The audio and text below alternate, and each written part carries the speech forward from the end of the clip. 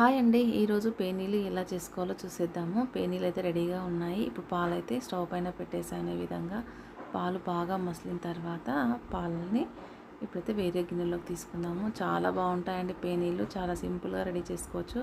చూసారా, ఇలా అయితే పేనీలు పాలైతే రెడీ అయిపోయాయి. ఇప్పుడు పెద్ద బౌల్లోకి అయితే తీసుకుందాము. ఈ విధంగా బౌల్లో అయితే పాలు పోసేద్దాము. ఈ విధంగా పాలు పోసేసి ఇందులోనే షుగర్ వేద్దాము. ఆ పాలకు సరిపడినంత షుగర్ అయితే వేసేసి బాగా కలిపేసేయాలి. ఇక్కడైతే పాలు మొత్తం పోసేస్తున్నాను. లీటర్ పాలల్లో నేను పేనీలు అయితే వేస్తున్నాను. ఇక్కడ షుగర్ వేద్దాము. ఇప్పుడు పేనీలు పక్కన పెట్టేద్దాము.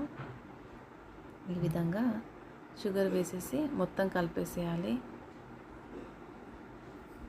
స్వీట్ చూసుకొని వేసుకోవాలి ఎంత వేయాలనేది.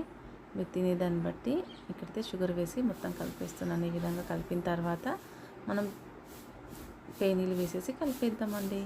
అంతే సింపుల్గా ఈ విధంగా అయితే పేనీలు కలుపుకోవాలి. ఇలా మొత్తం షుగర్ అంతా కరిగిపోయాక ఇప్పుడైతే పేనీలు వేసేసి మొత్తం కలిపేసామంటే చాలా బాగుంటుంది టేస్ట్. పిల్లలు అయితే చాలా ఇష్టంగా తింటారు. సింపుల్గా ఒక 2 నిమిషాలు అయితే పేనీలు రెడీ చేసుకోవచ్చు. చూసారా, మా పిల్లలు ఎప్పుడెప్పుడైనా వెయిట్ చేస్తున్నారు. ఇక్కడ పాలు రెడీగా ఉన్నాయి. పేనీలు అయితే వేసేద్దాము. ఇలాగే వేసేస్తున్నాను. ఈ విధంగా చూసారా, ఈ విధంగా వేసేసి మొత్తం కలిపేసేయాలి. సింపుల్ ప్రాసెస్లో మేమైతే ఇలా వేసుకుంటాము.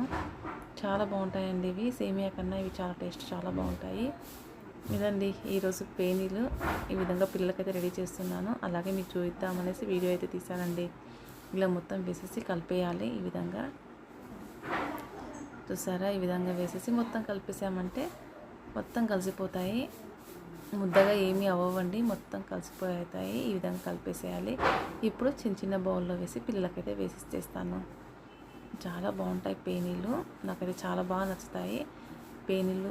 పిల్లలకైతే వేసిస్తాను. నేనైతే కాఫీ కలుపుకుంటున్నానండి. ఇదండి మార్నింగ్ అయితే పిల్లల కోసం రెడీ చేసిన పేనీలు అయితే రెడీ అయిపోయాయి. ఓకే అండి, కాఫీ అయితే రెడీ అయిపోయింది. అలాగే మన ఛానల్ని చూస్తున్నవారు వీడియోస్ చూస్తున్నారు కానీ లైక్ చేయడం లేదు. లైక్ చేసి ఛానల్ని సబ్స్క్రైబ్ చేసుకోండి ఫ్రెండ్స్. బాయ్.